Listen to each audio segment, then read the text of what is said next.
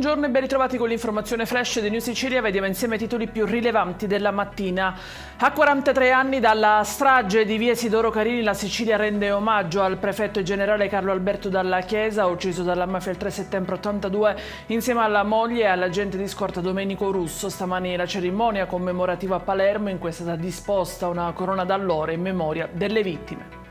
E arriva invece dalla regione siciliana una specifica dopo la diffusione dei dati da parte della CGIL, che aveva evidenziato delle criticità nella capacità di spesa dell'isola. Secondo la piattaforma ufficiale per il monitoraggio e la rendicontazione dei progetti PNRR, in Sicilia è stato effettuato il 31,63% dei pagamenti su un totale di quasi 16 miliardi di finanziamenti complessivi.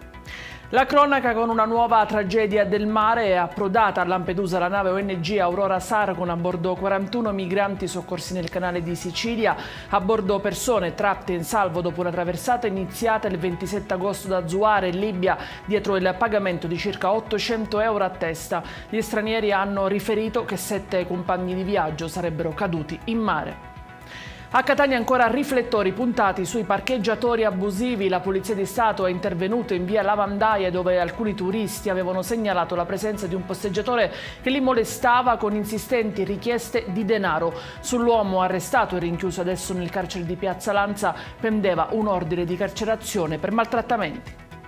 2 minorenni di Gela, un 16enne e un 17enne, sono stati invece arrestati con l'accusa di rapina aggravata, danneggiamento e detenzione di armi. Hanno sfondato la vetrina di una gioielleria asportando preziosi per un valore di circa 40.000 euro. Durante il colpo uno dei due si è ferito per poi fuggire. Un'indagine lampo ne ha permesso la cattura. Ed è tutto per queste edizioni. Vi ricordo come sempre che i dettagli su queste notizie e molte altre li trovate sul nostro sito www.newsicilia.it e sui nostri canali social. Grazie per averci seguito, appuntamento a stasera alle 19:30.